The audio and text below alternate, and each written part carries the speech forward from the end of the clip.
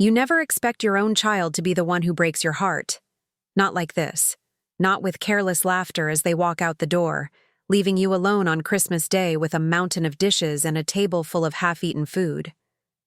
I stood, in my kitchen, hands submerged in soapy water, watching through the window as my son Tyler and his girlfriend Melody climbed into their new car, the one I'd helped him make payments on for months. They were laughing, probably about some inside joke I wasn't privy to, while my home smelled of pine and cinnamon and the loneliness that comes when you realize how little you matter to someone you gave everything to. Before we jump back in, tell us where you're tuning in from, and if this story touches you, make sure you're subscribed, because tomorrow, I've saved something extra special for you. I didn't cry. Not then. Instead, I dried my hands on the Christmas-themed dish towel his grandmother had sewn years ago, walked to my office, and opened the bottom drawer of my desk.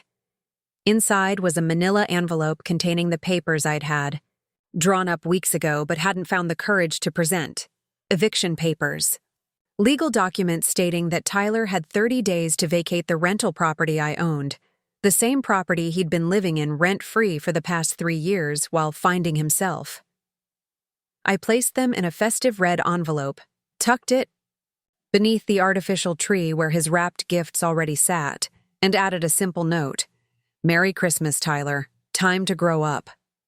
In that moment, my heart didn't just break, it hardened. But what Tyler didn't know, what no one saw as I returned to those dishes and methodically cleaned every plate, pot, and glass by myself, was that I had already decided I wasn't going to be the afterthought in my own story anymore.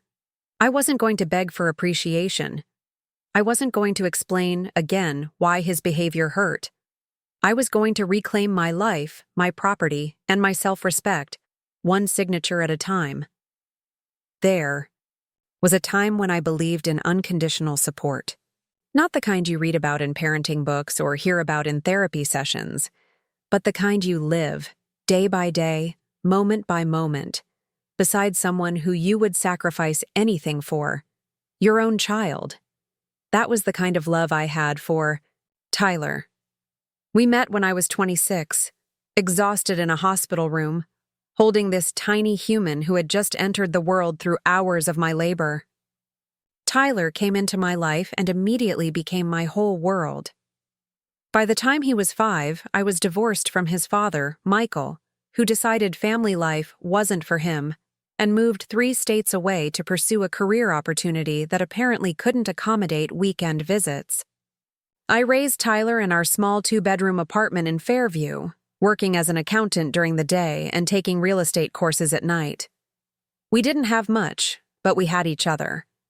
I still remember the way Tyler would sit at our tiny kitchen table, coloring while I studied property tax laws, occasionally looking up to say, "One day we'll have a big house, Mom, with a yard for a dog."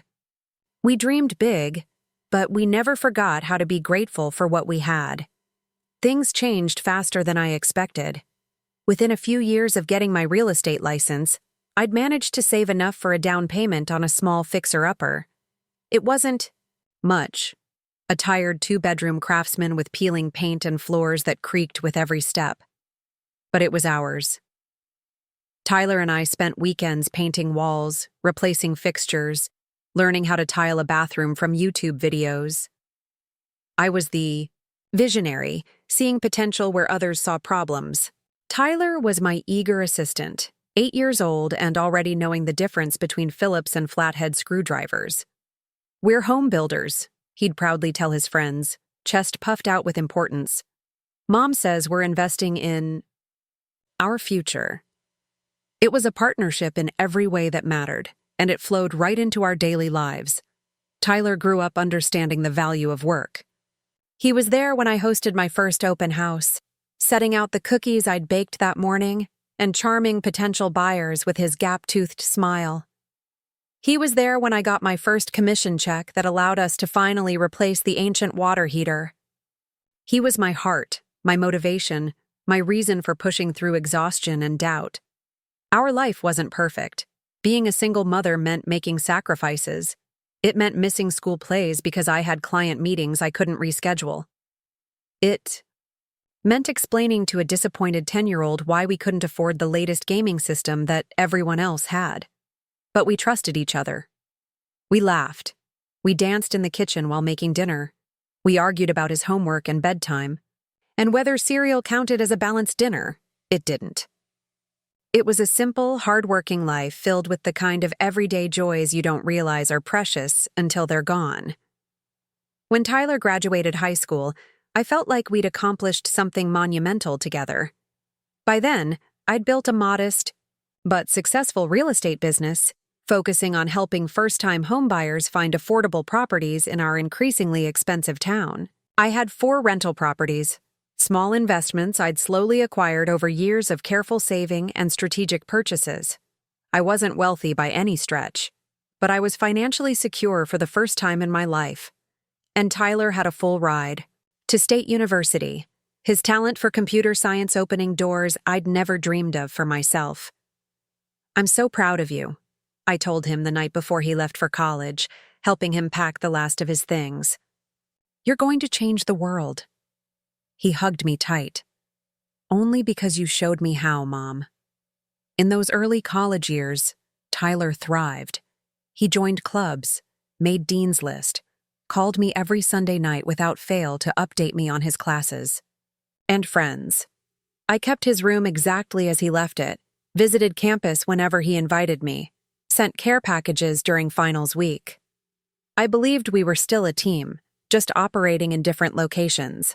I had no idea how quickly that would change. It started during his junior year.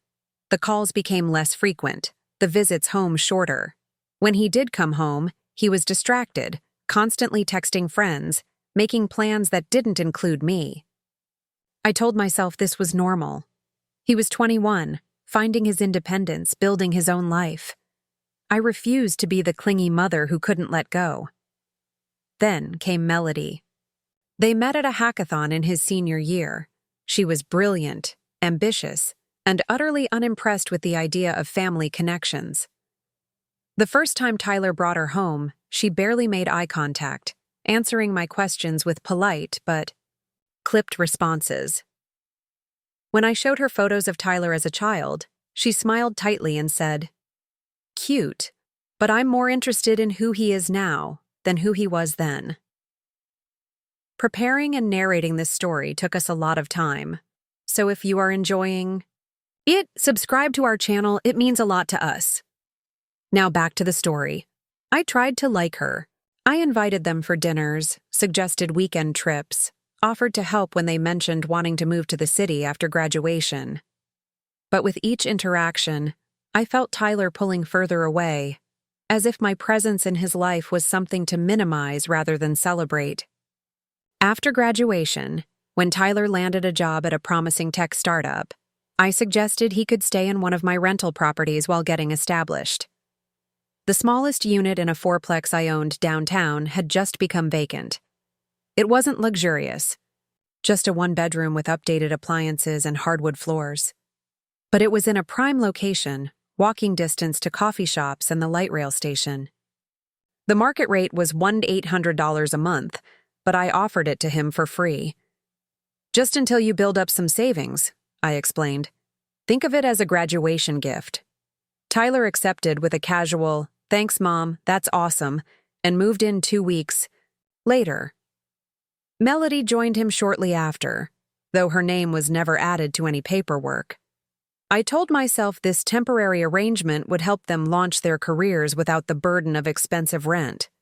3 months, maybe 6, a year at most. But 1 year turned into 2, and 2 eased into 3. During that time, I watched as Tyler and Melody flourished professionally. He was promoted twice. She launched a successful freelance graphic design business. They took vacations to Bali and Portugal, bought a new car, wore designer clothes.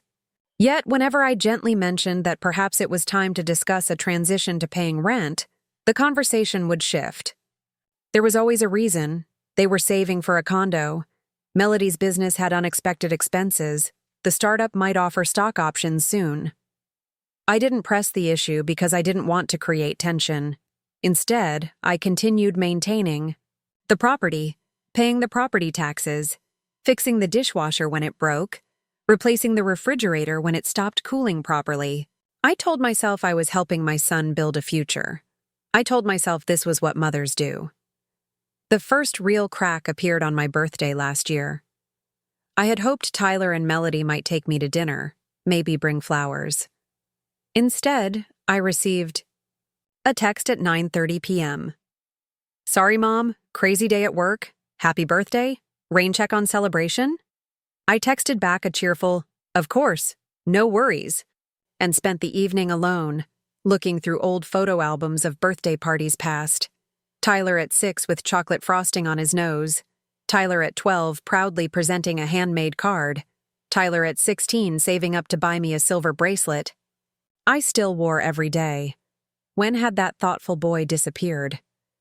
The second crack came when I needed surgery. Nothing life-threatening, just a knee replacement I'd been putting off for years. I asked Tyler if he might be able to help me for a few days after I came home from the hospital. He seemed hesitant, mentioning work deadlines and prior commitments. "I can try to stop by for a bit," he offered vaguely. "But things are pretty hectic right now." In the end, my friend Susan took time off work to stay with me. Tyler visited once, for 20 minutes, bringing a store-bought get-well card signed by both him and Melody, though she hadn't come along. He seemed uncomfortable, in the presence of my pain, glancing at his watch repeatedly until he could make a reasonable exit. That night, as Susan helped me adjust my pillows, she asked gently, "Has Tyler always been this way?" "No," I whispered, the truth sticking in my throat. "He used to be different." But the real breaking point, the moment that finally opened, my eyes came last month. I had stopped by the rental property to fix a leaky faucet that Tyler had reported. It was a Sunday afternoon, and I'd texted that morning to let him know I was coming. No one answered the door, so I used my key, calling out as I entered. The apartment was empty, but it had been transformed in ways I hadn't seen before. The walls I'd painted myself had been redone in dark charcoal. The hardwood floors I'd refinished were covered with expensive rugs. On the living room wall hung a large framed poster with a quote, "Success is building the life you've always wanted." I fixed the faucet quickly, then noticed an open laptop on the dining table. I wasn't snooping. I would never invade Tyler's privacy that way. But the screen was lit up with an email confirmation. A booking confirmation for a Christmas Day dinner reservation at Luminaria, the most expensive restaurant in town. For 2 people. At 7:30 p.m. The same time Tyler had already committed to Christmas dinner at my house. I stood there, dripping wrench in hand, as reality finally settled over me. My son had made other plans for Christmas without telling me. He was going to cancel, or worse, make an appearance at my dinner, and then leave early with some excuse. The thought made my stomach clench. As I was leaving, I ran into Mrs. Chen from the unit across the hall. She smiled warmly at me. "Oh, it's the owner. Your son and his girlfriend have such exciting news. A New Year's trip to Japan, I hear. For 3 weeks. Must be wonderful to be young and successful." I nodded and smiled, not trusting my voice. On the drive home, something shifted inside me. A realization that had been building for months finally crystallized into perfect clarity. I had become an afterthought in my son's life. A convenience. A free housing provider. Not a mother to be cherished. Not a person to be respected. Just a resource to be used. That night, I called my attorney, Jerome, an old friend who had helped me with real estate transactions for years. "I need eviction papers drawn up," I said, my voice steadier than I expected. "Margaret, is everything okay?" he asked, concern evident in his tone. "No," I replied honestly, "but it's going to be." The papers were ready within a week, 30 days' notice to vacate the premises, everything legal, everything proper. I didn't want revenge. I just wanted recognition of my worth. And if Tyler couldn't give that to me emotionally, perhaps he needed to understand it financially. I kept the papers in my desk, telling myself I'd find the right moment to discuss the situation with Tyler first. Maybe after Christmas, maybe in the new year. I kept hoping for a sign that the thoughtful boy I raised was still in there somewhere. Instead, I got Christmas Day. I'd spent 3 days preparing. The tree was perfect, adorned with ornaments we'd collected together over 2 decades, including the clay star Tyler had made in 2nd grade that still held the place of honor at the top. I'd cooked all his favorites: honey-glazed ham, scalloped potatoes, green bean casserole with the crispy onions he loved, rolls from the bakery downtown that always had a line out the door. I'd even made his favorite dessert, a time-consuming chocolate orange trifle that required 3 different components made from scratch. Tyler and Melody arrived an hour late. No apology, just a casual "traffic was crazy" as they hung up their coats. Tyler handed me a gift bag. Inside was a BI, generic scented candle set. The price tag from the discount store still attached to the bottom. It wasn't wrapped, just stuffed with tissue paper. The card was signed by both of them, but only in Tyler's handwriting. Throughout dinner, they were both distracted, checking their phones, exchanging glances I couldn't interpret. Melody barely touched her food, commenting that she was watching her intake before the holidays. Tyler ate quickly, complimenting nothing despite the days of preparation. When dessert was finished, Tyler looked at his watch and stood up. "This was great, Mom, but we should probably get going. We have some other people to see tonight." I looked at the table, still covered with dishes, serving platters, glasses, and the remnants of the meal I'd worked so hard to create. "You're leaving now? I thought we might open gifts, maybe watch a Christmas movie like we used to." Melody smiled tightly. "We really can't stay. We have reservations." "But what about all this?" I gestured to the disaster that was my dining room and kitchen. Tyler shrugged, already putting on his coat. "You don't mind cleaning up, right? You're so good at all that stuff. We'll grab our gifts on the way out." I stood there, stunned into silence, as they collected the wrapped packages I'd placed under the tree. Expensive gifts I'd spent weeks selecting, a high-end watch for Tyler, designer sunglasses for Melody, things I couldn't really afford but had bought anyway because I thought it might make them happy, might make them see me. "Merry Christmas, Mom," Tyler called over his shoulder as they headed for the door. "Thanks for dinner.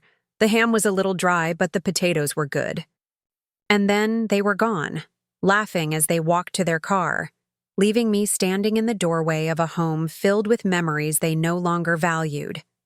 That's when I knew. That's when I made my decision. I dried my hands, retrieved the eviction papers, and placed them in the red envelope under the tree where their opened gifts had been, a Christmas gift of reality. The dishes could wait.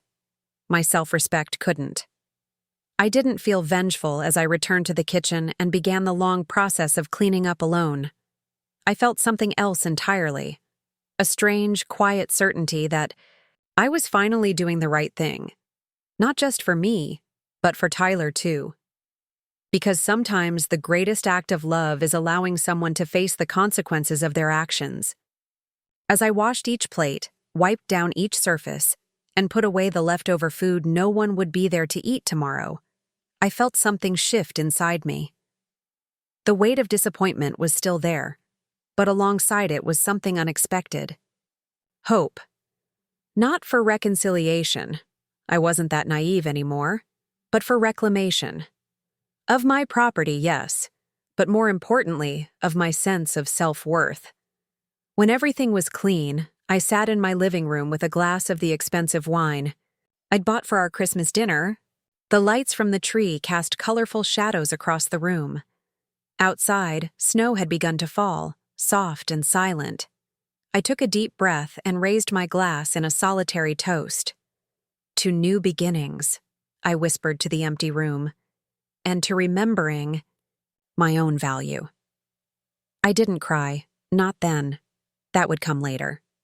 Instead, I felt the first stirrings of something I hadn't experienced in a very long time. Peace. The knowledge that I had finally stood up for myself, not with anger or bitterness, but with the quiet dignity of someone who knows exactly what they're worth. Tyler would find the eviction notice soon. He would be shocked, perhaps even hurt. He would call, demanding explanations, offering excuses. And for the first time in years, I would be the one setting the terms of our relationship. Not from malice, but from a place of hard-won wisdom and self-respect. Christmas had always been about giving. This year, I had finally given myself the gift of truth. And with that truth came the first real step toward healing. Not the kind that comes from forgetting, but the kind that comes from facing reality with open eyes and a straight spine. I set down my wine glass and looked at the empty space under the tree where I'd placed the red envelope. In that moment, I understood something fundamental. Sometimes the hardest choices are the ones that ultimately set us free. And I was finally ready to be free. Looking back, it was the small moments that should have warned me. Little things so subtle they slipped past my defenses like whispers, each one too quiet to notice until they had formed a deafening chorus of disrespect. These weren't dramatic betrayals. No stolen money, no cruel words shouted in anger. Just the slow erosion of consideration that happens when someone begins to see you as a convenience rather than a person. It started with missed calls that used to be our Sunday tradition. Tyler's excuses evolved from, "I was swamped with work," to "sorry, I forgot," to eventually no explanation at all. Just my phone sitting silent on Sunday evenings while I pretended I wasn't waiting for it to ring. I told myself he was busy building his career, that this was normal for someone in their mid-20s. I ignored the voice in my head that reminded me I had built my career while still calling my mother every week until the day she died. Then came the birthdays. Tyler's thoughtfulness faded year by year, from heartfelt cards and small but meaningful gifts to last-minute text messages, and eventually the generic candle set with its price tag still attached. I kept the candles on my mantle for months, untouched, like a monument to what our relationship had become. Sometimes I would look at them and remember how 8-year-old Tyler had saved his allowance for weeks to buy me a coffee mug with "World's Best Mom" written in wobbly letters. I still had that mug, chipped but cherished, hidden in the back of my cupboard where I wouldn't have to explain to friends why it made me cry. The casual dismissals accumulated like dust in corners you don't notice until they've gathered into visible neglect. When I mentioned a promotion at work, Tyler would nod absently, his attention already drifting to his phone. When I spoke about the challenge of managing my rental properties alone, he would offer vague sympathy without ever volunteering to help.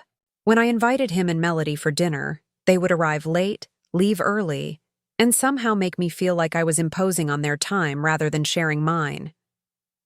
"Mom, we can't make it this weekend. We're networking with some industry people," became a common refrain. Yet I would see photos on social media of them at brunches with friends, at concerts, at wine tastings. Networking that somehow never included even an hour for the woman who had built the foundation they stood upon. One evening last spring, I drove downtown to attend a community meeting about development in the neighborhood where my fourplex was located. As I walked from my car, I spotted Tyler and Melody across the street, entering an upscale cocktail bar.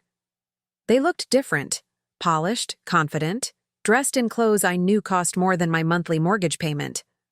I almost called out to them, raised my hand to wave, but something stopped me. Instead, I watched as they were greeted warmly by the host, who clearly knew them as regulars. Tyler's arm was around Melody's waist, his head thrown back in laughter at something she said. They looked happy. They looked successful.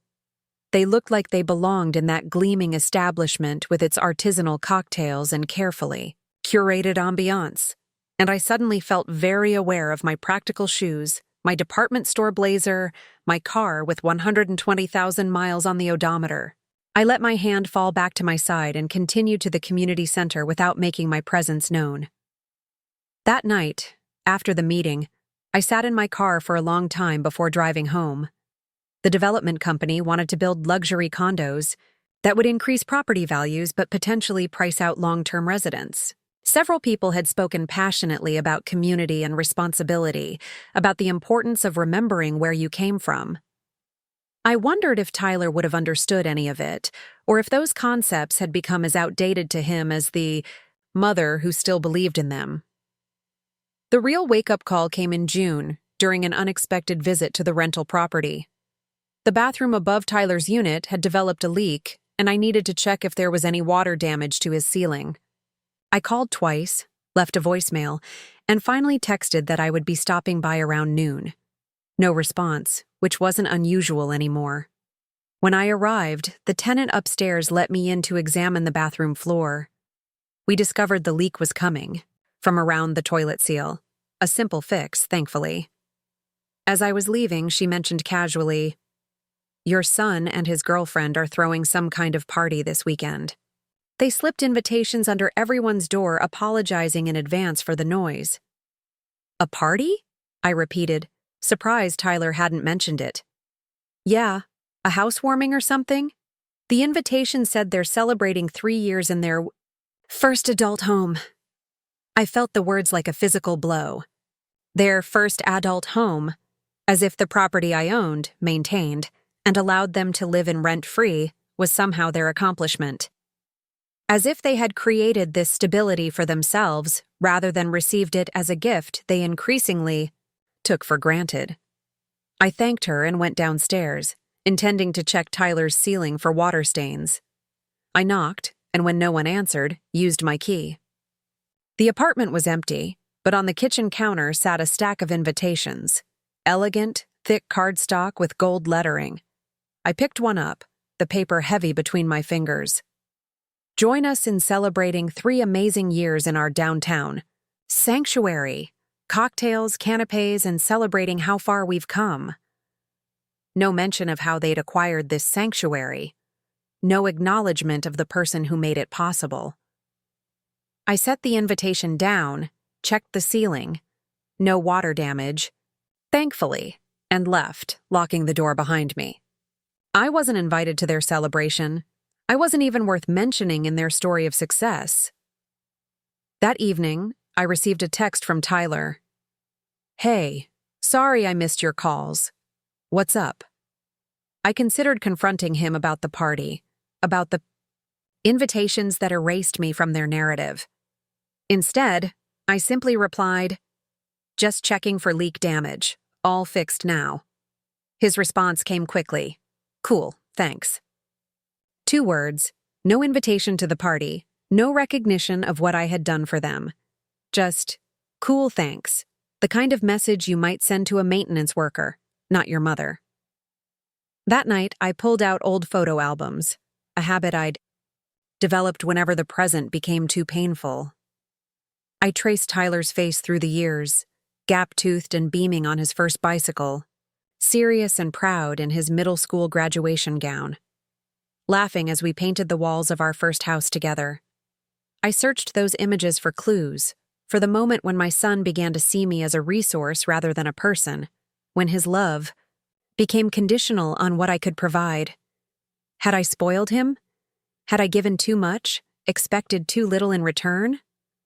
Or was this simply the natural order of things, children growing up and away, forgetting the hands that held them when they were small? I didn't have answers, just an ache that had become so familiar it was almost a companion. The party came and went. I knew it happened only because Mrs. Chen mentioned it when I ran into her the following week during routine maintenance checks. "Such a lovely gathering," she said, unaware of the knife her words twisted in my heart. "Your son gave a toast about creating their dream life together. They seem very happy." I smiled and nodded, wondering what dream he had described, and whether I had any place in it at all. July brought a heat wave that broke records and air conditioners across the city. My phone rang constantly with tenants in my various properties, reporting malfunctions. I spent days coordinating emergency repairs, fronting thousands of dollars I hadn't budgeted for. and personally delivering portable units to elderly tenants while they waited for proper fixes. In the midst of this chaos, Tyler called. For a moment, my heart lifted.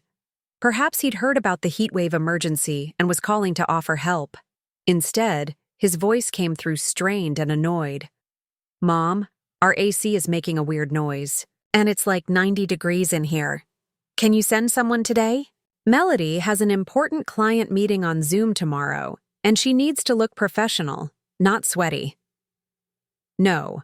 How are you handling this crisis? No. Can I help with your other properties?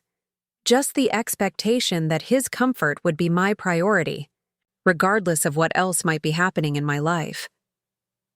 "I'll add you to the list," I said, surprised by the flatness in my own voice.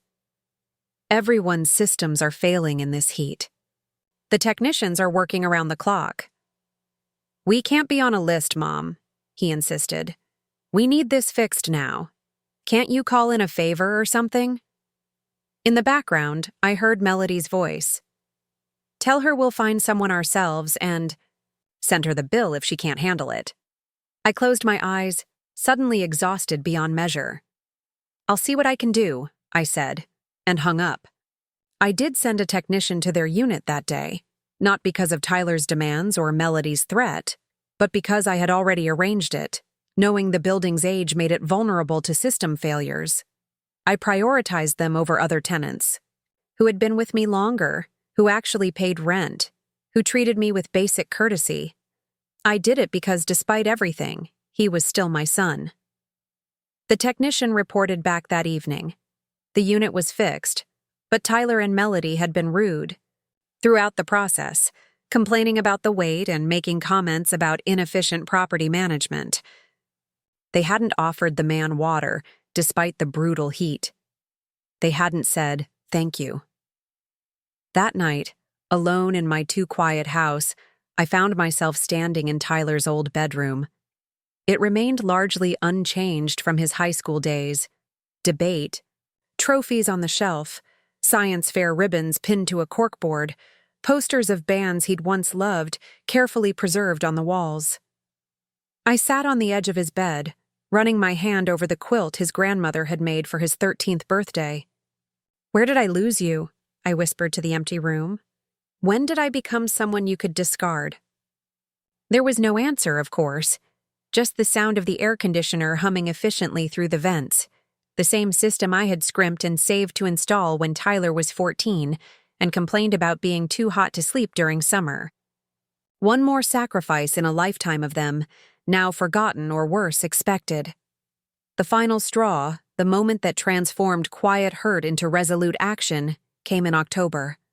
I had been experiencing increasingly severe pain in my right hip, the result of an old injury exacerbated by years of physical work maintaining properties.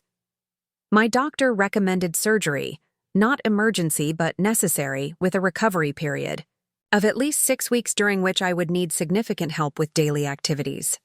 I invited Tyler to lunch, my treat, at a restaurant near his office, to discuss the situation.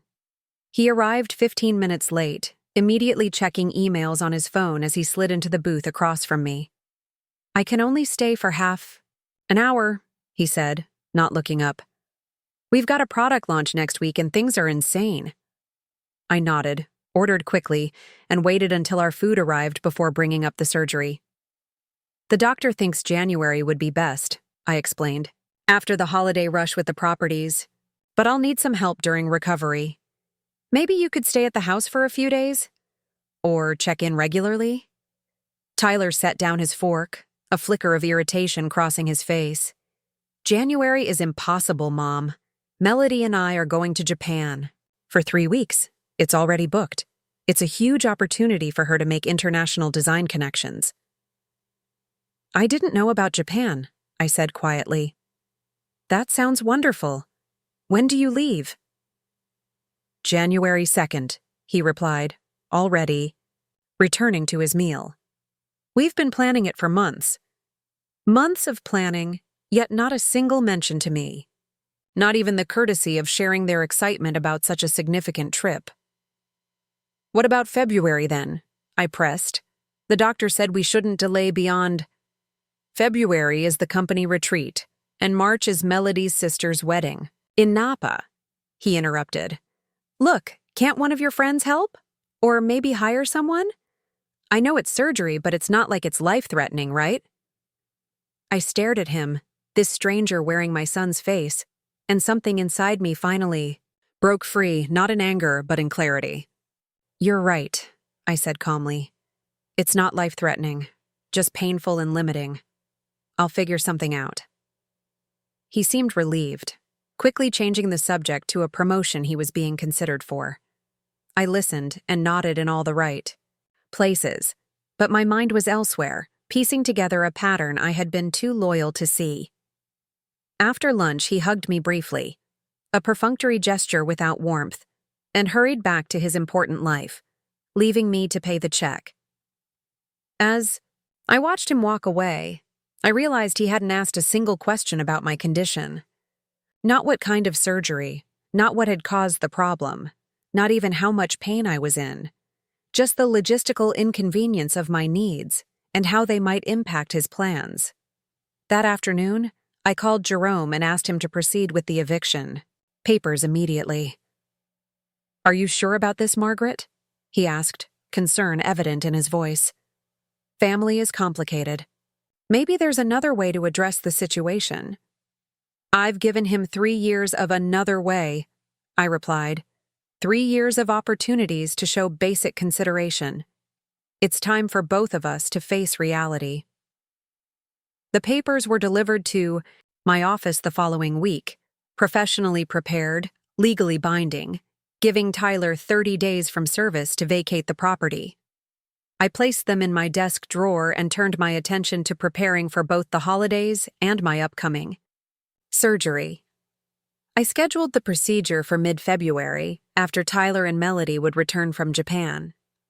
Not out of hope that they might help after all, but because I needed to ensure all my properties would be properly managed during my recovery. I hired a part-time property assistant, arranged for a home health aide for the first 2 weeks post-surgery, and asked Susan if she might check in periodically. Of course I will, she said, squeezing my hand. That's what friends do. They show up. Her words, so simple yet so profound, underscored everything that had gone wrong with Tyler. He had stopped showing up, not just physically, but emotionally. He had removed himself from the reciprocal relationship that defines family, taking everything and offering nothing in return. As Christmas approached, I threw myself into preparations, partly from genuine love of the holiday and partly to distract myself from what I knew would come after.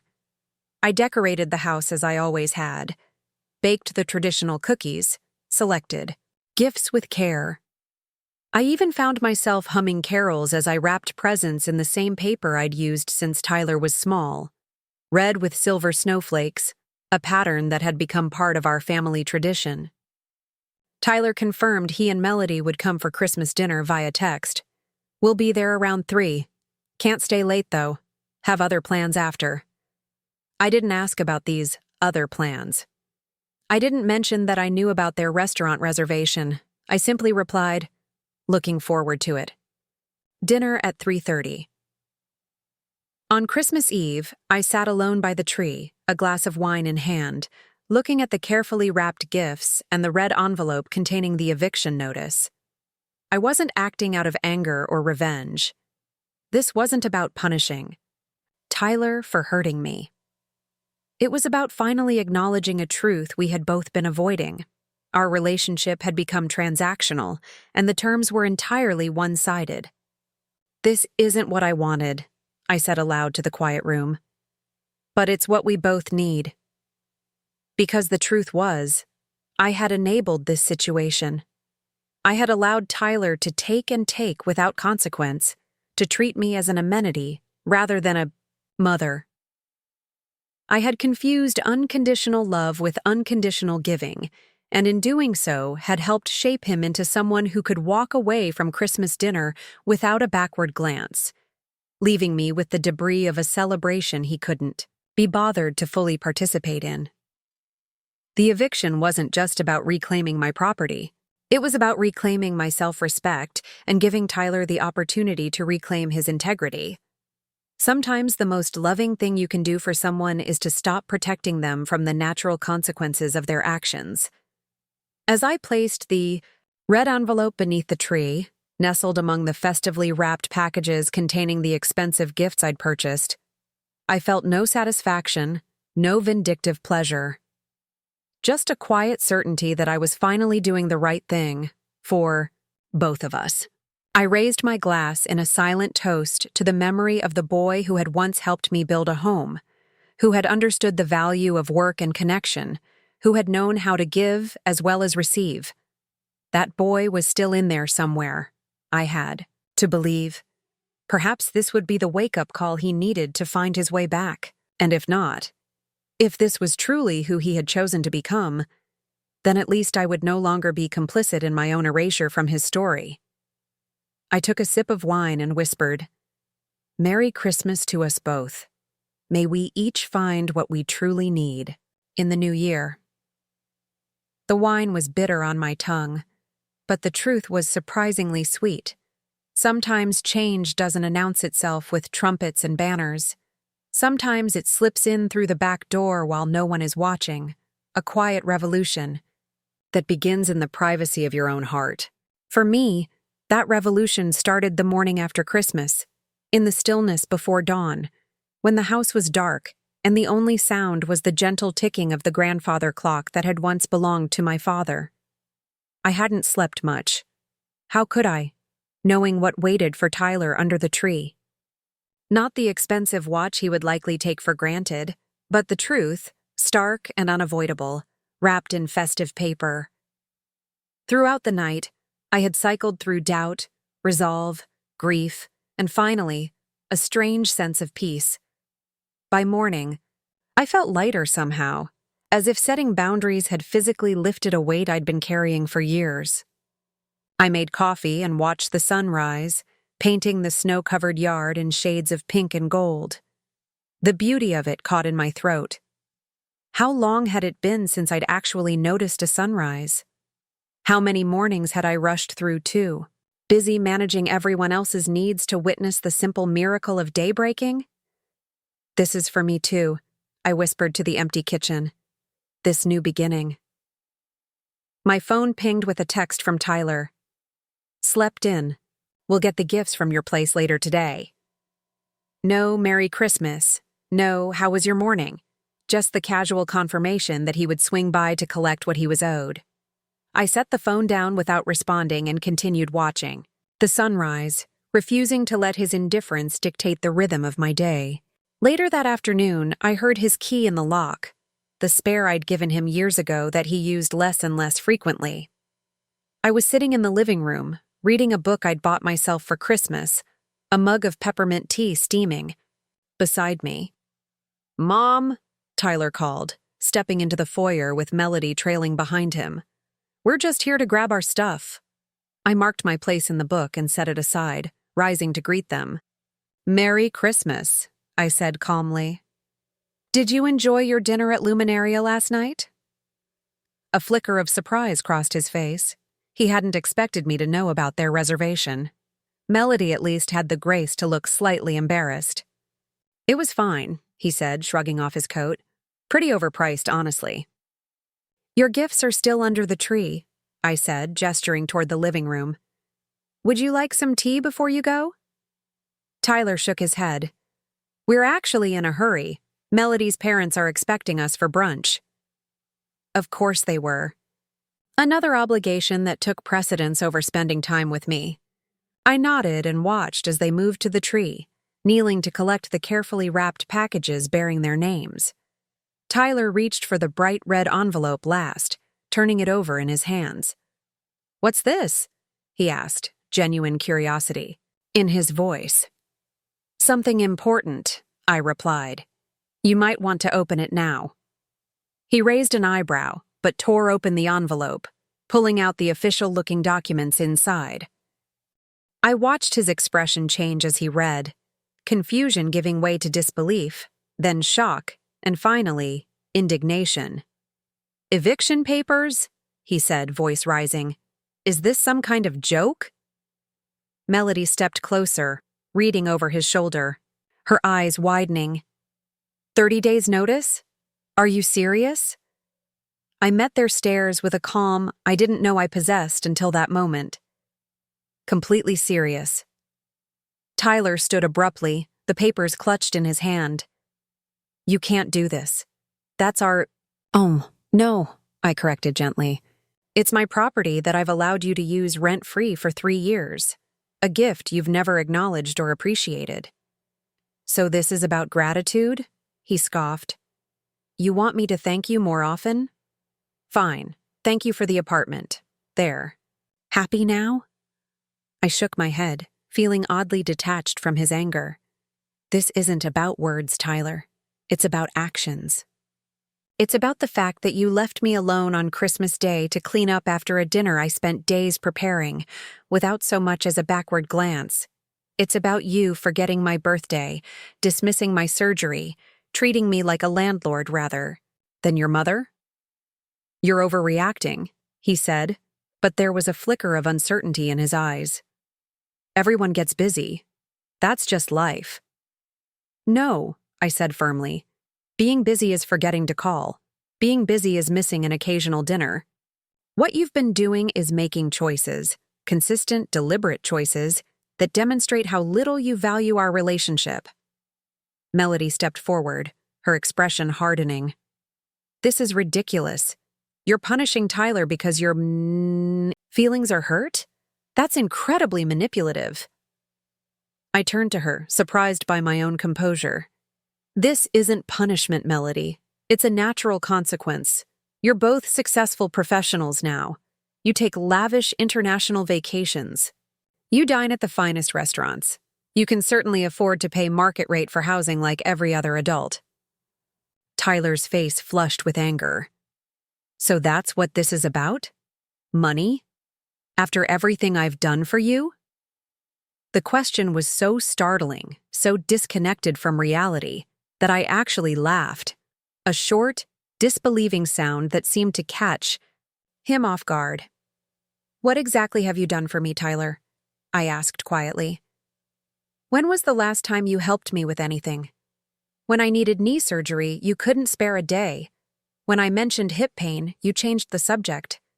When I invited you for Christmas dinner, you showed up late and left me with the mess. He stared at me, mouth opening and closing, clearly searching for examples that wouldn't come. I fixed your computer last year, he said finally, his voice losing some of its certainty. Yes, you did, I acknowledged. For about 20 minutes while complaining the entire time about how outdated my system was. Melody tugged at his arm. This is pointless. She's clearly made up her mind. We'll find somewhere else to live. But Tyler wasn't ready to concede. You can't just spring this on us. We have plans, commitments. We're going to Japan in a week. And you'll still go to Japan, I said calmly. The notice gives you 30 days from today. You'll have time to find a new place when you return. This is unbelievable, he muttered, shaking his head. My own mother throwing me out on Christmas. I felt a pang then, not of doubt, but of sorrow for how completely he had missed the point. I'm not throwing you out, Tyler. I'm asking you to take responsibility for your own life, including housing costs. I'm asking you to see me as a person worthy of basic consideration, not just a convenience. He stuffed the papers into his pocket and gathered the wrapped gifts, not meeting my eyes. We're leaving. Don't expect to hear from us for a while. I haven't heard from you, really heard from you, in years, I said softly. So that won't be a change. They left without another word, the door closing behind them with a finality that echoed through the house. I sat back down in my chair, picked up my book, and tried to find my place. My hands were steady, but my heart was racing. I had done it.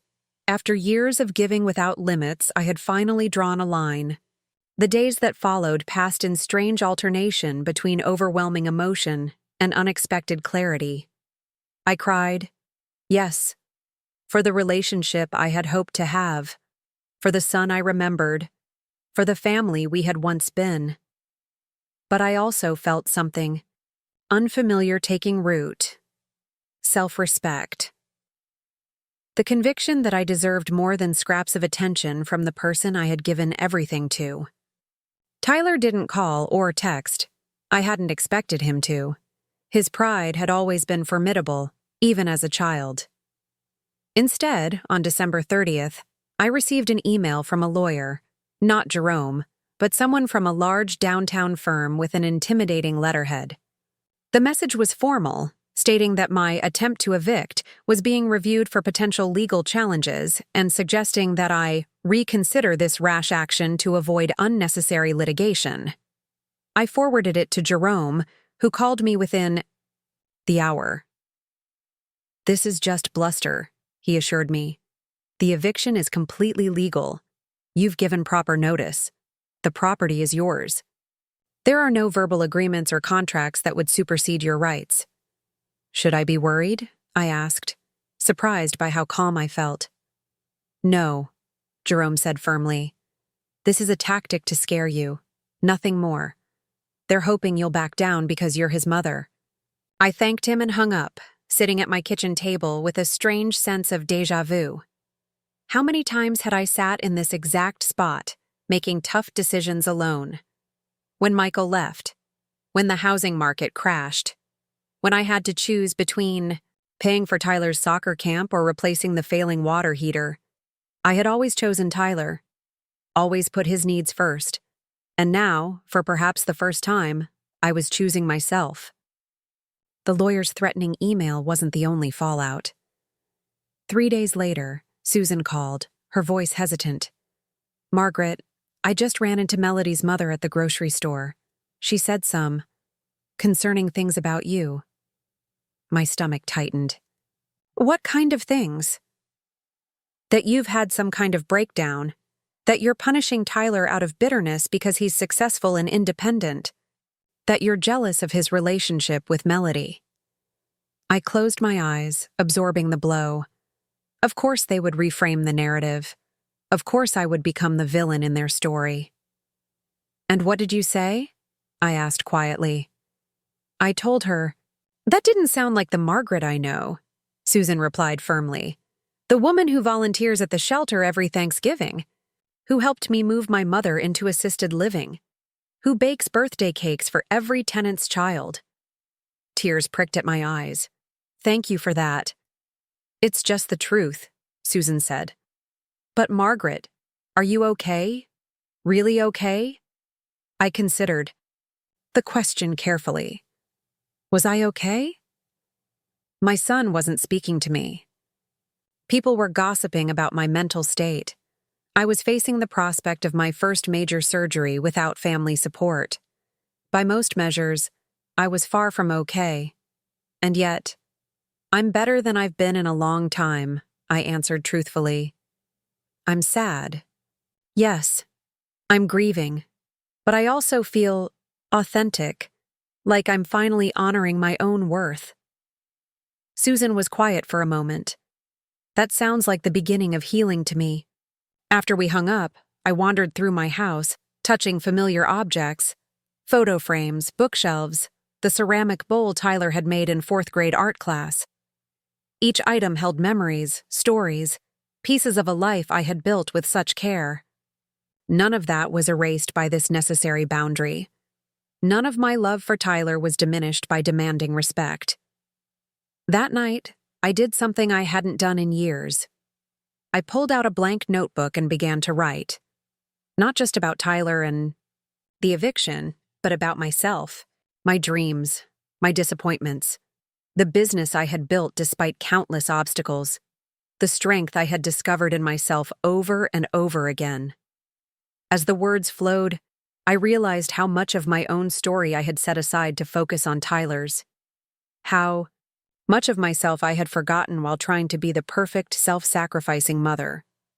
"You are more than this pain," I wrote on the final page. You always have been. January arrived with a fresh blanket of snow and the departure of Tyler and Melody for Japan. I knew they had gone because Mrs. Chen texted me. We had developed an unlikely friendship after she helped me clear ice from the building's front. Steps one morning. They left early this morning, she wrote. Many suitcases. They did not mention moving out to anyone in building. I thanked her for the information but didn't elaborate. Their plans were their business now. I had property management software to track the official move-out date, maintenance workers who would report any damage. I didn't need to monitor Tyler's comings and goings anymore. That part of our relationship was over. Instead, I focused on preparing for my surgery. I organized my medical paperwork, stocked my freezer with pre-made meals, arranged for a hospital bed to be delivered to my living room for the first weeks of recovery. I met with my property assistant, Emily, a sharp-minded woman in her 30s, who was eager to learn the business to ensure all tenant needs would be addressed during my absence. I've been meaning to ask, Emily said during one of our handover meetings. Why did you decide to hire help now, after managing everything? Yourself for so long? I considered the question, wanting to give her an honest answer. Because I finally realized that doing everything alone wasn't proving my strength. It was denying my humanity. She nodded slowly. That's really profound, actually. I smiled. It took me a long time to learn it. 2 weeks before my surgery, as January's bitter cold settled over the city, I received an unexpected visitor. I was sitting at my desk reviewing end-of-year financial reports for my properties when the doorbell rang. Opening it, I found Mrs. Chen standing on my porch, bundled against the cold, holding a large manila envelope. I hope I'm not intruding, she said, her breath fogging in the frigid air. But I found this when I was cleaning the hallway. It was sticking out from under their door. She handed me the envelope. My name was written on the front in Tyler's handwriting. Thank you, I said, genuinely touched by her consideration. Would you like to come in for tea? It's freezing out there. She smiled but shook her head. Another time, perhaps. My daughter is waiting in the car. After she left, I sat at my kitchen table, staring at the envelope for a long time before opening it. Inside was a single sheet of paper, not a letter, but a rental application. Tyler had filled it out completely, listing his employer, salary, credit score, and references. At the bottom, where it asked for desired move-in date, he had written, currently residing at property, requesting formal lease agreement beginning February 1st. Attached was a check for $5,400, 3 months' rent at market rate. I set the application down, a complicated mix of emotions washing over me. This wasn't an apology. There was no note, no acknowledgement of his behavior, no request to talk. But it was a response, a formal, businesslike acceptance of the new terms of our relationship. He was willing to pay rent. He was willing to be a tenant rather than a dependent. It was something. A first step, perhaps. I placed the application in my pending file and deposited the check the next day. I didn't reach out to Tyler, and he didn't contact me.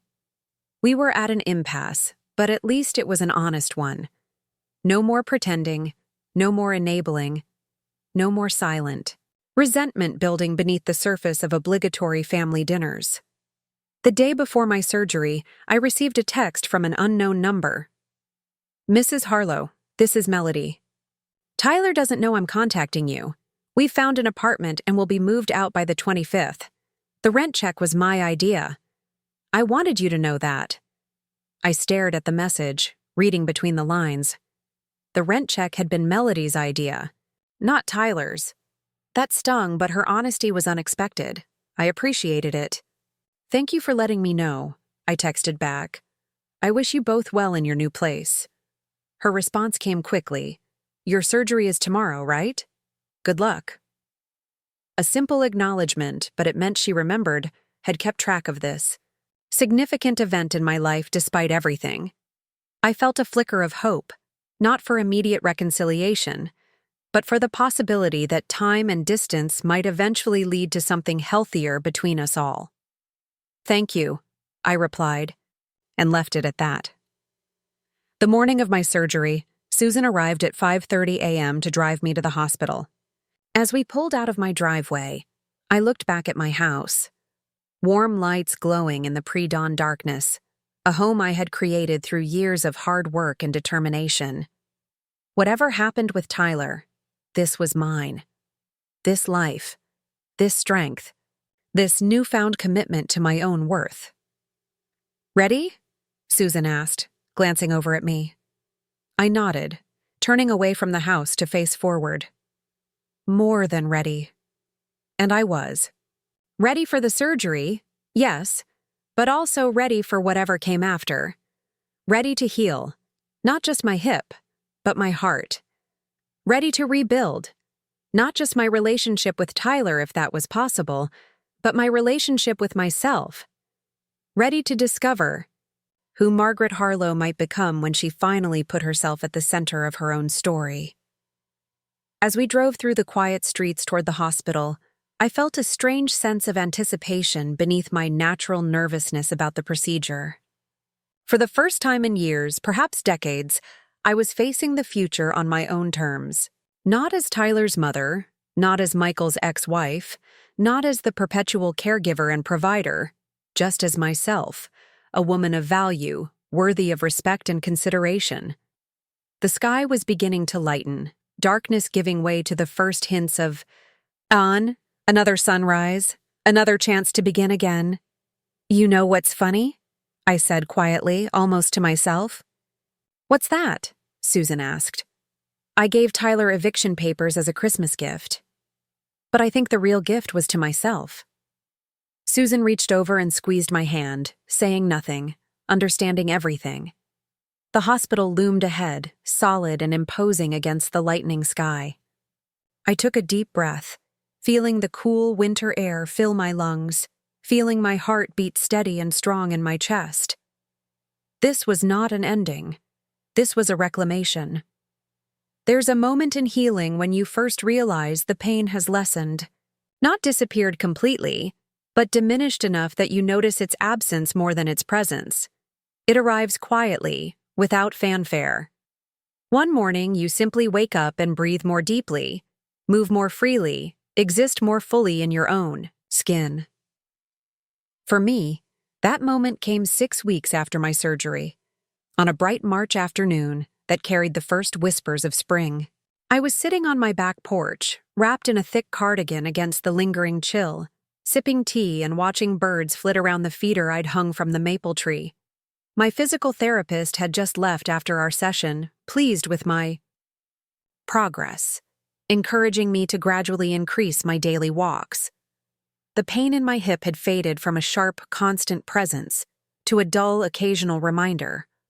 My body was knitting itself back together, day by day, cell by cell, a slow but steady return to strength. But it wasn't just my hip that was healing.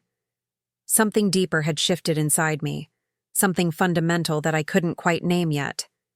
A new clarity, perhaps, a certainty about my own worth that hadn't been there before. "You're doing really well, Margaret," my physical therapist Annika had said before leaving. "Most people take much longer to reach this stage. What's your secret?" I'd smiled, considering the question. "I think I finally learned that taking care of myself isn't selfish. It's necessary." She'd nodded, understanding immediately what many take a lifetime to learn. That's a powerful realization. Hold on to it. Now, watching a cardinal land on the feeder, a flash of brilliant red against the gray-brown landscape, I turned those words over in my mind. Taking care of myself. Such a simple concept, yet one I'd neglected for decades, always putting others first, always making myself the last priority. How strange that it had taken something as dramatic as evicting my own son to finally understand that my needs mattered too. The cardinal flew away, startled by something I couldn't see. I checked my watch. nearly time for my afternoon medication. As I rose carefully from my chair, using the techniques Annika had taught me to minimize strain on my healing hip, my phone chimed with a text message. It was from Emily, my property assistant. Monthly inspection of the fourplex complete. All. Units in good condition. Tyler and Melody's old apartment is ready for showing. 3 potential tenants interested already. I felt a small pang reading Tyler's name. Despite everything, despite the rightness of my decision, there was still grief. Still moments when I missed the son I'd once had, the relationship I'd once believed in.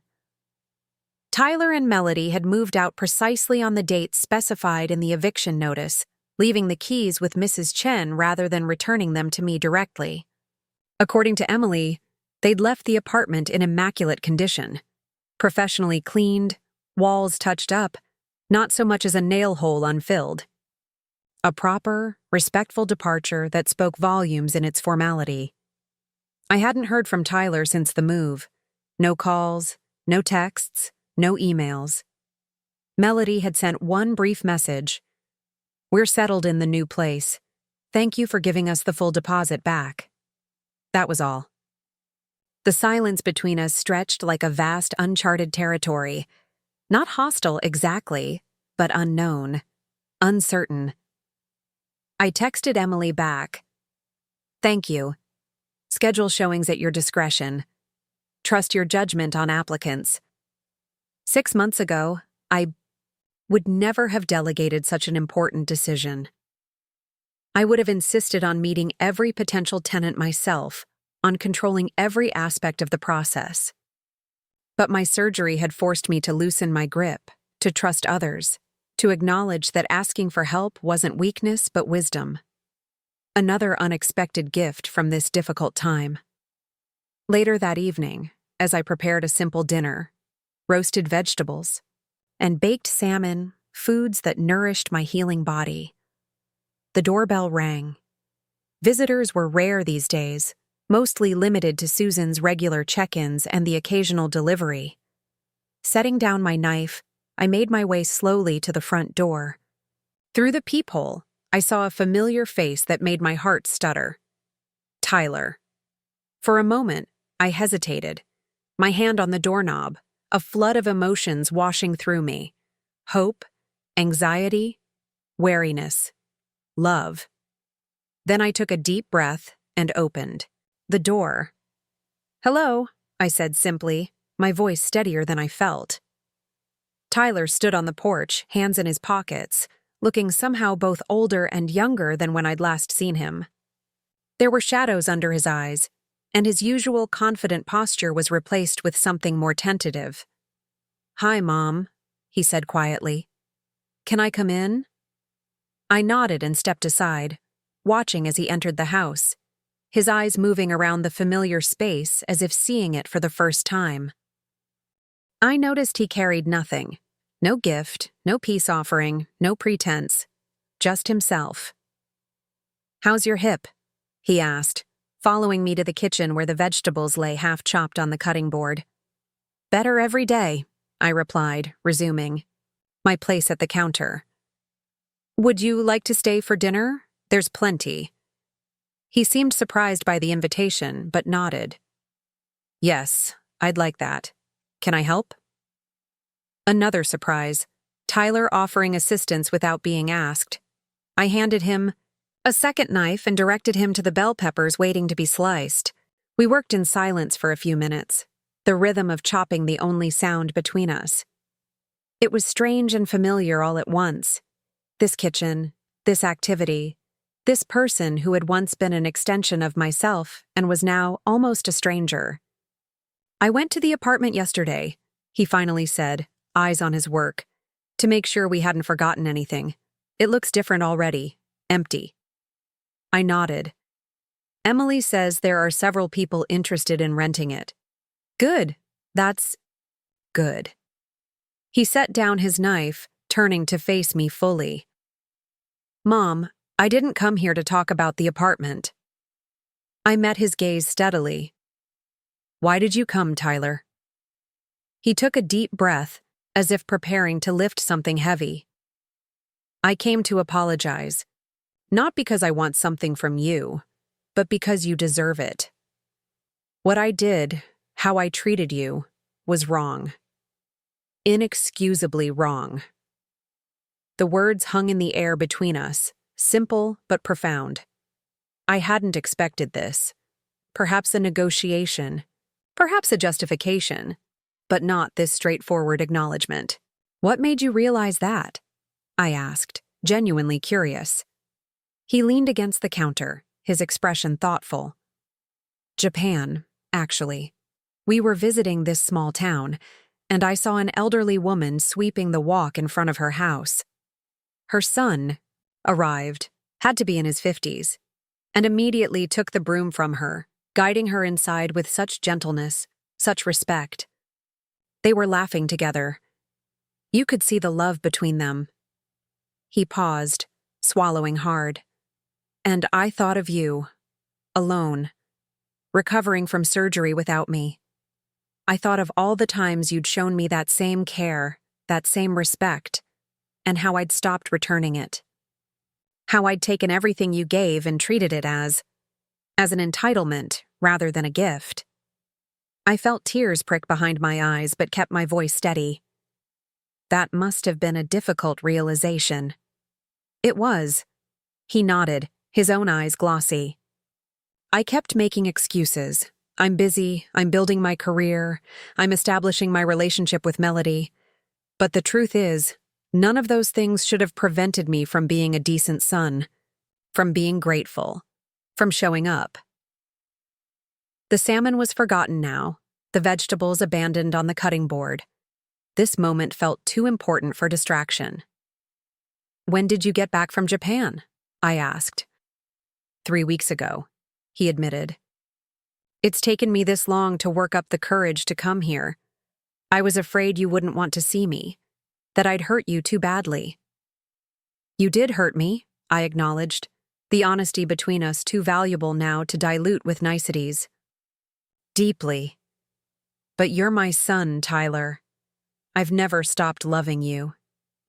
He nodded, a tear finally escaping to track down his cheek.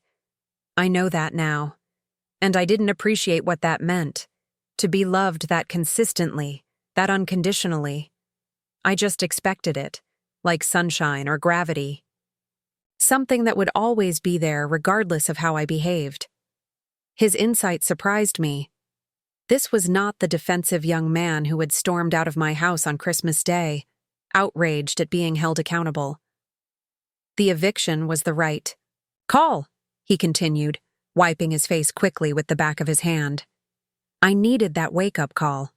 We both did. Both? I questioned. Melody and I, he clarified. She's changed too. Being truly responsible for ourselves, finding an apartment at market rate, budgeting for real expenses, not having a safety net. It's been eye-opening.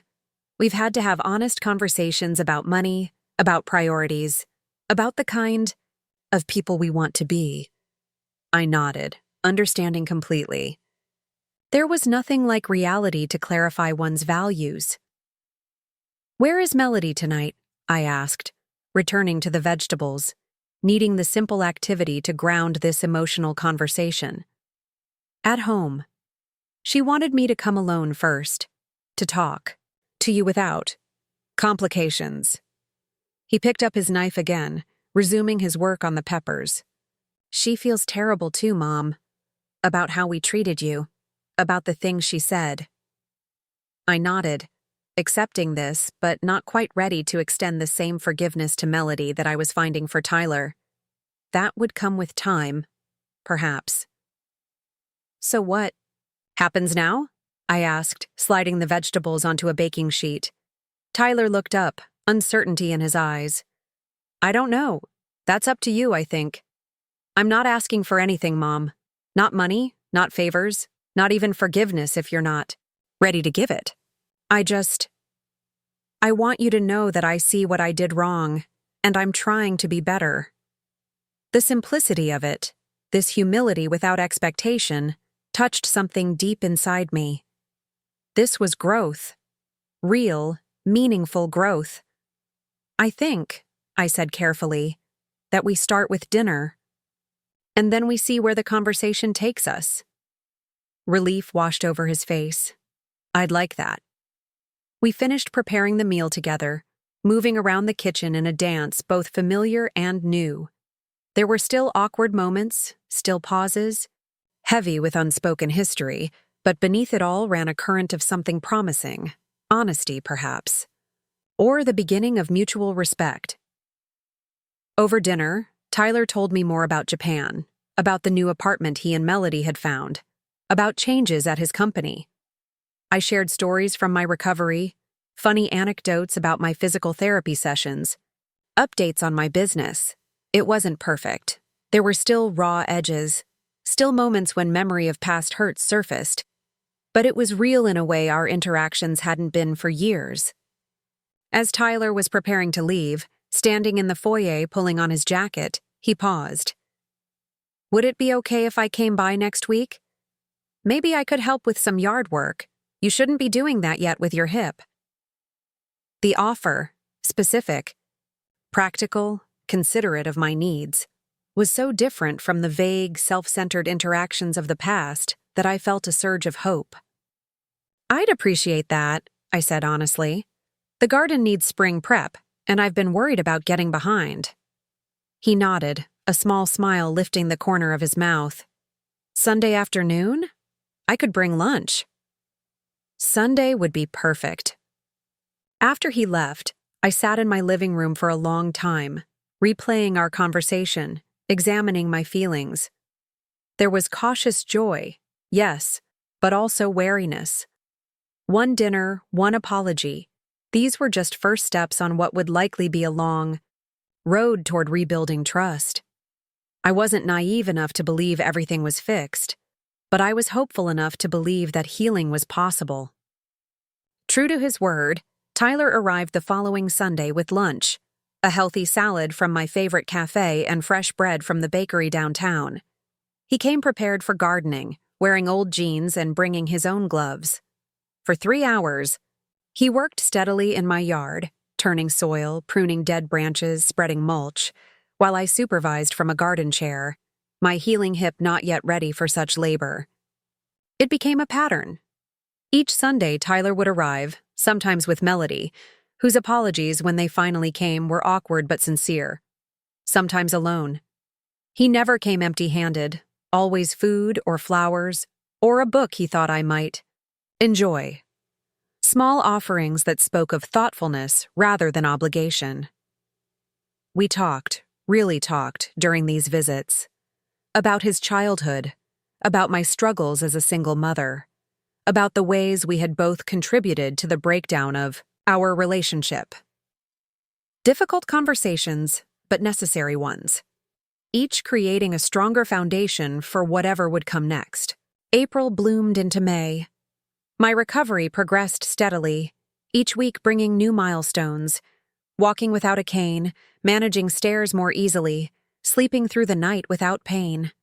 My business thrived under Emily's capable assistance. The fourplex apartment was rented to a young teacher who paid on time and kept the place immaculate. Life settled into new patterns, better patterns. One evening in late May, I received an unexpected email from Melody. The subject line read simply, "An invitation." Inside was a formal invitation to dinner at their new apartment, scheduled for the following weekend. "We'd like to show you our home," she wrote. "No gift necessary. Your presence is all we want." I sat with the invitation for a moment, recognizing its significance. This wasn't just a dinner invitation. It was an olive branch, an acknowledgement, a step toward a new kind of relationship. They wanted me to see where they lived now, the home they had created on their own, without my financial support. They wanted to welcome me into their space, to share rather than take. When I arrived at their apartment that Saturday evening, I was struck by how different it felt from the unit they had occupied in my building. It was smaller, yes, and in a less prestigious neighborhood. but it was unmistakably theirs in a way the other place had never been. Photos they had taken in, Japan hung on the walls. A bookshelf Tyler had built himself stood in the corner. Plants thrived on every windowsill. Melody's new hobby, she explained. We wanted to show you that we're okay, Tyler said as he gave me the tour. That your decision didn't ruin us. It actually helped us build something authentic. The dinner was lovely, simple but thoughtfully prepared, with Tyler doing most of the cooking. We sat at their small table, the spring evening light filtering through gauzy curtains, and talked like adults, about work, about politics, about books we'd read recently. No tension, no underlying resentments, just three people sharing a meal and conversation. As we finished dessert, a chocolate cake Melody had baked from scratch, Tyler cleared his throat. Mom, there's something we wanted to discuss with you, he began, glancing at Melody, who nodded encouragingly. We've been thinking about the future, about building something sustainable, and we realized there's an opportunity we'd like to explore, with your guidance, if you're willing to give it. I raised an eyebrow, curious but cautious. What kind of opportunity? Real estate, Melody said, leaning forward. Not just as tenants, but as investors. We've been saving aggressively since moving here, living below our means for the first time, honestly. And we're interested in learning how to purchase our first property. I was surprised. Of all the directions I had imagined this conversation going, this wasn't one of them. We don't want handouts, Tyler added quickly, reading my expression. No loans, no co-signing. We want to do this ourselves, properly. But we would value your expertise, your mentorship. The request touched me deeply, not because they were following in my footsteps, I had never needed that validation, but because they were asking for my knowledge rather than my resources. They were acknowledging my experience, my wisdom. They were seeing me. I'd be happy to help, I said simply, but real estate is a serious commitment. It requires patience, discipline, and a long-term perspective. We know, Melody nodded. That's why we want to learn from you. You built something meaningful, something that lasts.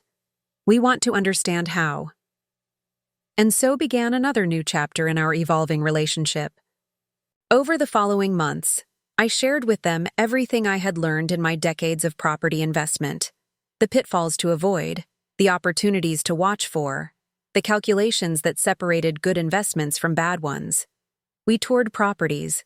Together, analyzed market trends, discussed financing options. They listened. Really listened. Asked smart questions. Did their homework. Approached the process with a humility and thoroughness that impressed me. This wasn't the entitled Tyler who had expected everything to be handed to him. This was a young man willing to work, to learn, to build something through effort rather than expectation. On a warm afternoon in late August, 6 months after my surgery and 8 months after that fateful Christmas dinner, Tyler and Melody closed on their first property, a small, somewhat neglected duplex in an up-and-coming neighborhood.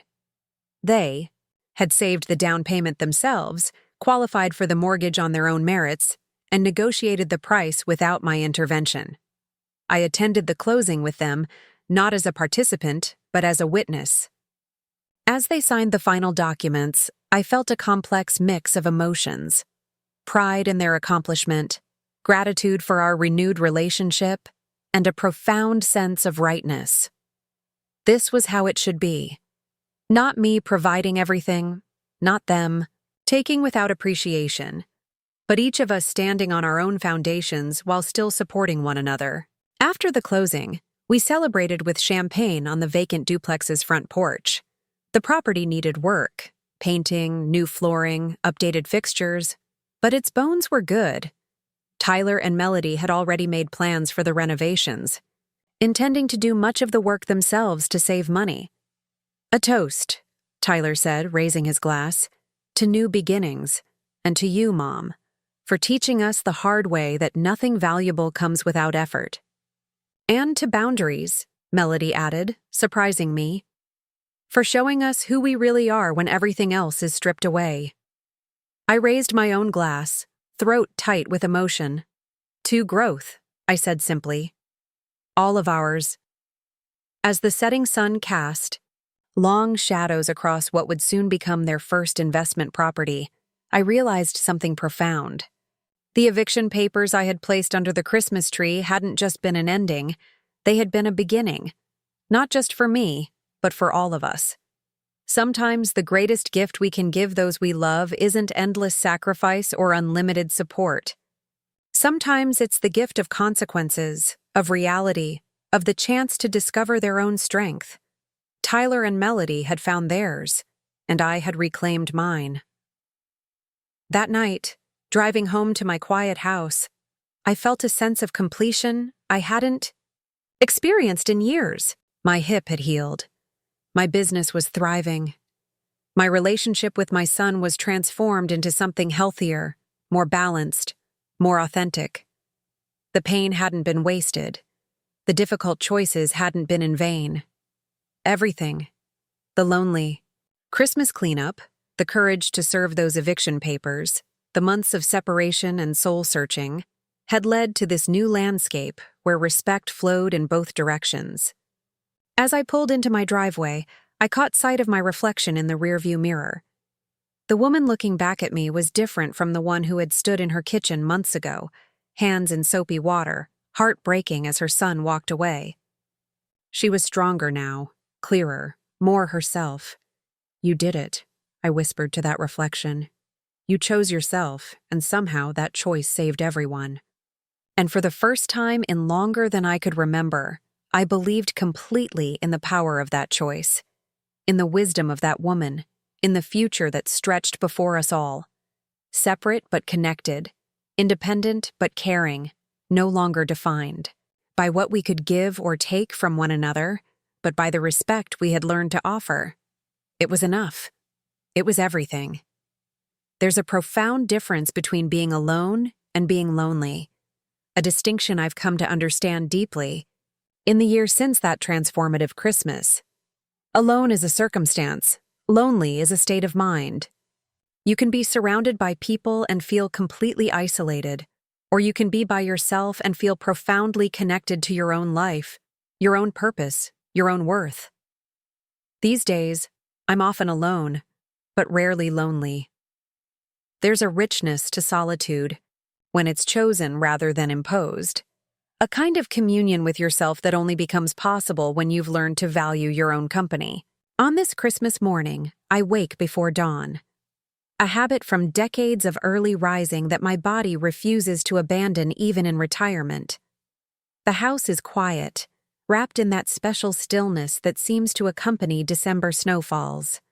I make coffee, adding a splash of the peppermint creamer I allow myself as a holiday indulgence, and move to the living room where my small tree glows with multicolored lights. The presents beneath it are few but thoughtfully chosen. Books for Susan, a handcrafted scarf for Emily, specialty coffee for Mrs. Chen, who has become an unexpected friend. There's nothing for Tyler or Melody. We exchanged gifts last night at their duplex, where they hosted their first Christmas Eve dinner. They're spending today with Melody's family in the suburbs, a plan we discussed openly months ago, without tension or hidden resentments. Last night's dinner was lovely. The duplex transformed from the shabby property they purchased to a warm, inviting home. The renovations they've completed over the past 4 months showcase both Tyler's newfound carpentry skills and Melody's design sense. The lower unit has a reliable tenant now, providing them with income that helps offset their mortgage. They're building something real, something earned, something that reflects who they're becoming, rather than what they expect to be given. Our relationship has evolved into something I never could have imagined during those dark days after the eviction. It's not perfect. We still occasionally misstep, still sometimes fall into old patterns that require gentle correction. But it's honest in a way it hasn't been for years. We see each other clearly now, not as idealized figures or convenient resources, but as complex, flawed, valuable human beings deserving of both love and respect. I sip my coffee, watching the snow drift past my window, reflecting on the journey that brought us here. The past year has been one of profound transformation, not just in my relationship with Tyler, but in my relationship with myself. At 62, I've discovered aspects of my identity that had been submerged beneath decades of motherhood and work. I've found joy in watercolor painting, in memoir writing, in the weekly hiking group I joined after my hip fully healed. I've made new friends and deepened existing friendships. I've learned to prioritize my needs without guilt or justification. My phone chimes with a text message, "Susan," confirming our afternoon plans for a quiet Christmas lunch. I respond with gratitude, then set the phone aside, resisting the urge to check in with Tyler. That's another change. I no longer monitor his life, no longer feel responsible for his happiness or success. I trust him to reach out when he wants, to connect, just as he trusts me to do the same. It's a healthier dynamic for both of us. As the sun rises fully, casting rose-gold light across the snow-covered yard, I think about the nature of gifts, not the wrapped packages under trees, but the deeper offerings we exchange throughout our lives. Sometimes the most valuable gifts are the most difficult to give. The gift of consequences, the gift of accountability, the gift of trusting someone enough to let them face the reality of their choices. That fateful Christmas, when I placed Eviction papers beneath the tree, I hadn't understood that I was giving Tyler something precious. I had seen it only as a boundary, a necessary line drawn after years of erosion.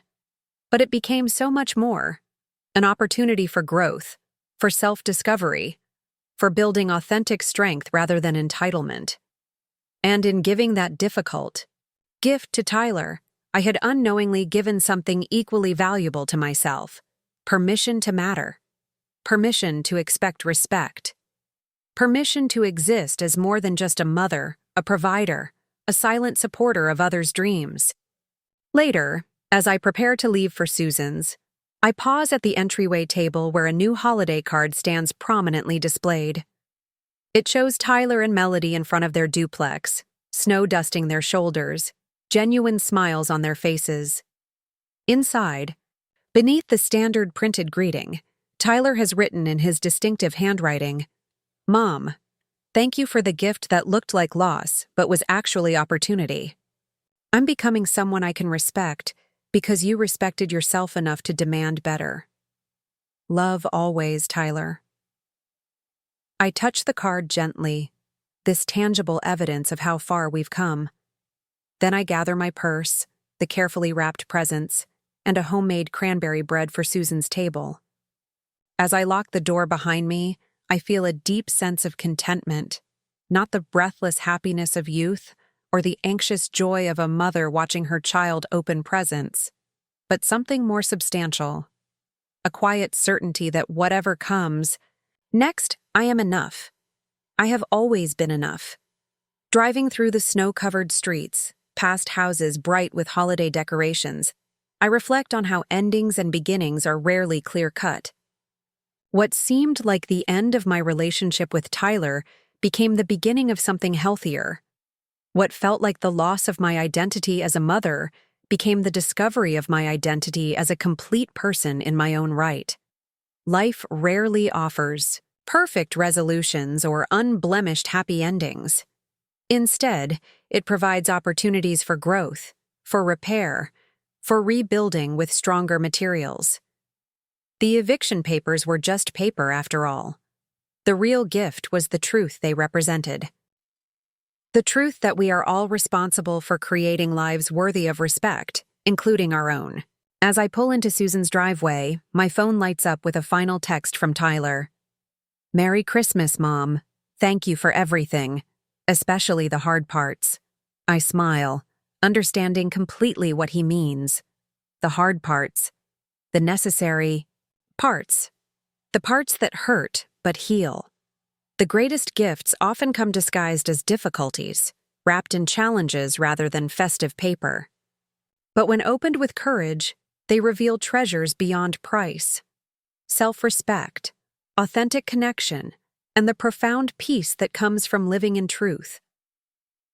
Merry Christmas, I whisper, to Tyler, to myself, to the journey that brought us here. Thank you for the hard parts.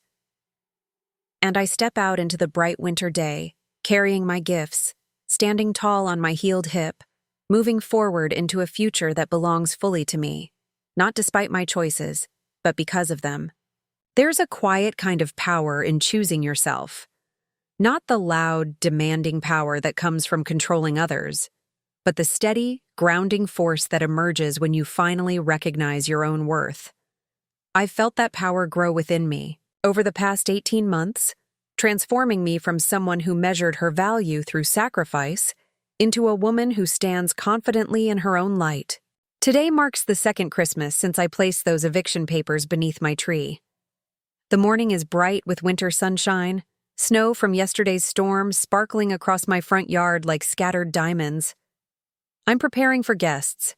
Not a formal dinner, but a casual open house where friends can drop by throughout the afternoon for mulled wine and holiday treats.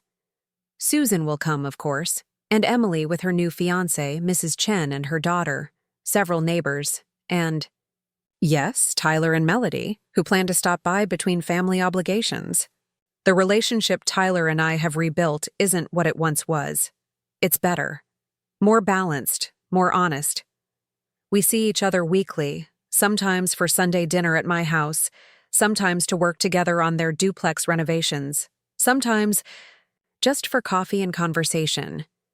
We've learned to speak difficult truths without weaponizing them, to set boundaries without building walls, to love without enabling. It hasn't been easy, but nothing worthwhile ever is. As I arrange a platter of gingerbread cookies, using my mother's recipe that Tyler loved as a child, I reflect on how much has changed since that moment of reckoning. The eviction was never really about property. It was about principle, about demanding recognition as a person worthy of basic consideration rather than a convenience to be used and discarded. In enforcing that boundary, I not only changed my relationship with Tyler, but fundamentally altered my relationship with myself. I've discovered passions and pleasures I never made time for before. Watercolor painting on Tuesday evenings, volunteering at the community garden on weekends, a monthly book club that frequently runs late into the night with wine and laughter.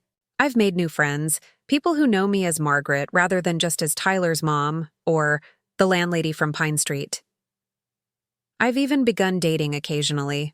Nothing serious yet, but enjoyable dinners with interesting men who see me as a whole person, not just a supportive role in someone else's story.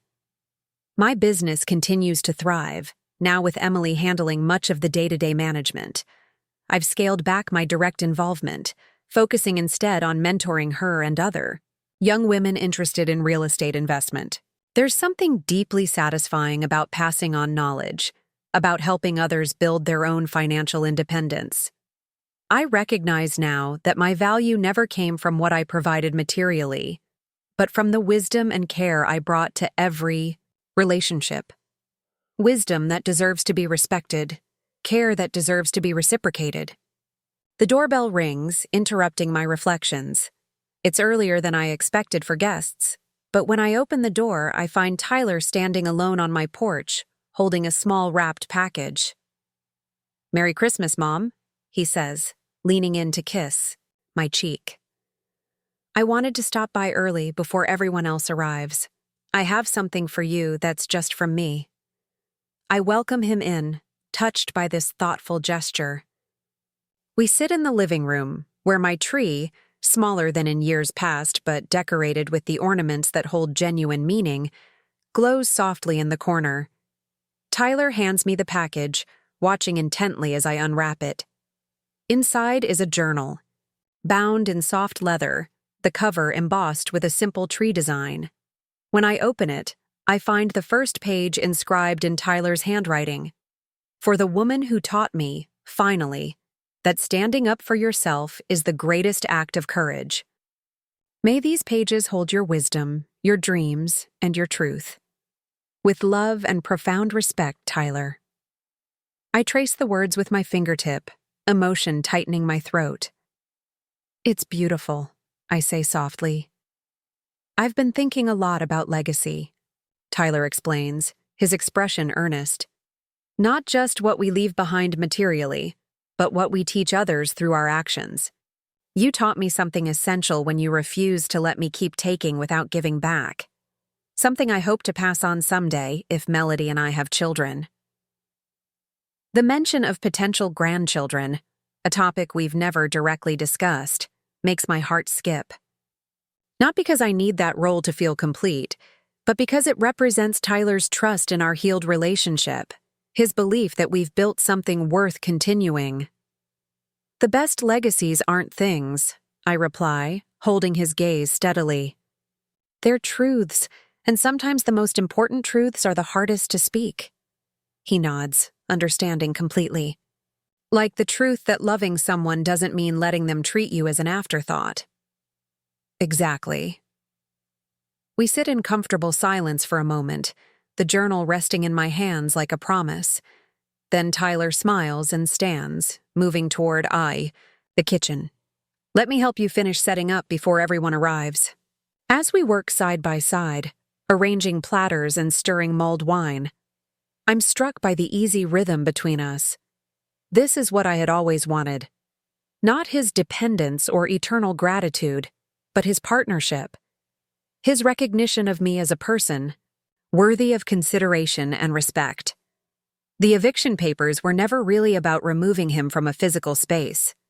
They were about creating space for a new kind of relationship, one built on mutual respect rather than obligation, on choice rather than expectation. In the pain of that moment, we found a path to something authentic. As the first guests begin to arrive, filling my home with laughter and conversation, I watch Tyler welcome them, offering drinks, taking coats, moving through my space with confidence, but not entitlement. I see the man he's becoming, responsible, thoughtful, aware of his impact on others. I see the relationship we've built from the ashes of what burned down. And I know with absolute certainty that the hardest gift I ever gave, to him and to myself, was also the most valuable. Sometimes love looks like boundaries. Sometimes respect requires distance. Sometimes the greatest act of care is allowing someone to face the consequences of their actions. These aren't easy truths, but they are necessary ones. Lessons written not in the pages of parenting books, but in the lived experience of choosing your own worth over others' convenience. As evening falls and my home glows with warmth and friendship, I feel a deep sense of peace. Not because everything is perfect or because all wounds are completely healed, but because I finally understand that I don't need to diminish myself to love others well. In fact, it's only when we stand firmly in our own value that we can offer others the gift of authentic connection, a connection based not on dependency or obligation, but on genuine choice and mutual respect. That, perhaps, is the greatest lesson of all. True love, in any form, requires both parties to be fully seen and valued. Anything less isn't love, it's use. And we all deserve better than to be used, even by those we cherish most. The journal. Tyler gave me weights on my bedside table, its blank pages an invitation to continue writing my own story. Not as a supporting character in someone else's narrative, but as the protagonist of my own life. Tonight, I will begin filling those pages with my truth, my wisdom, my journey. Because if I've learned anything from this experience, it's that our stories matter, especially the difficult chapters, the ones where we finally learn to choose ourselves. Up next, you've got 2 more standout stories right on your screen. If this one hit the mark, you won't want to pass these up. Just click and check them out. And don't forget to subscribe and turn on the notification bell so you don't miss any upload from us.